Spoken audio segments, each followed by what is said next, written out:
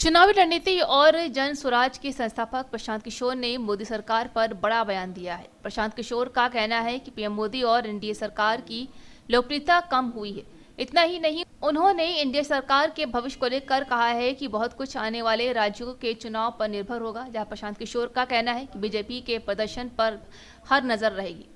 वही news agency ANI से बात करते हुए प्रशांत किशोर ने कहा है कि अगले 2 से ढाई साल में 9 राज्यों के चुनाव होने वाले हैं। इन चुनावों के रिजल्ट से आगे की दिशा दशा तय होगी। उन्होंने कहा है कि मोदी और सरकार की लोकप्रियता कम हुई है, जहां जम्मू कश्मीर हरियाणा के बाद महाराष्ट्र झारखंड के चुनाव होने वाले हैं। इन राज्यों के चुनाव के बाद दिल्ली, तमिलनाडु, बिहार, बंगाल और असम के चुनाव 2.5 साल के अंदर होंगे।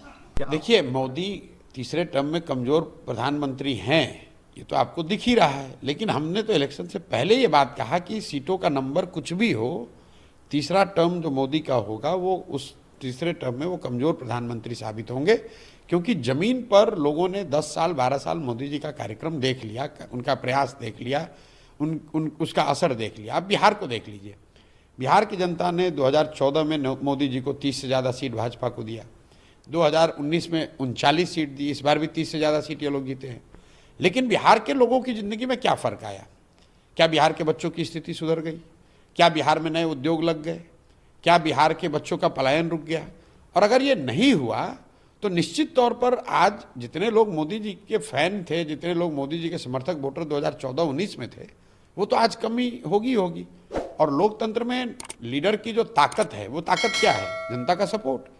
तो अगर जनता का सपोर्ट कम हुआ है तो प्रधानमंत्री रहें या सांसद रहें या विधायक हों या मुखिया हों, उनका ताकत तो कम होगा ही होगा।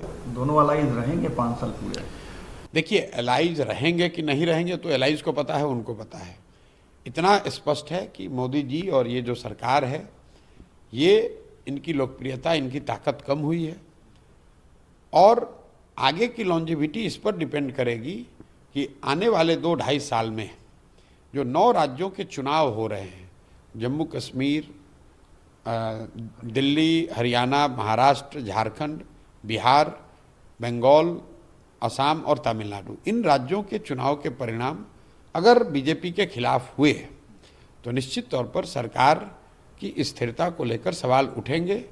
अगर इन राज्यों में बीजेपी ने अच्छा परफॉर्मेंस किया तो उनकी ताकत बनी रहेगी।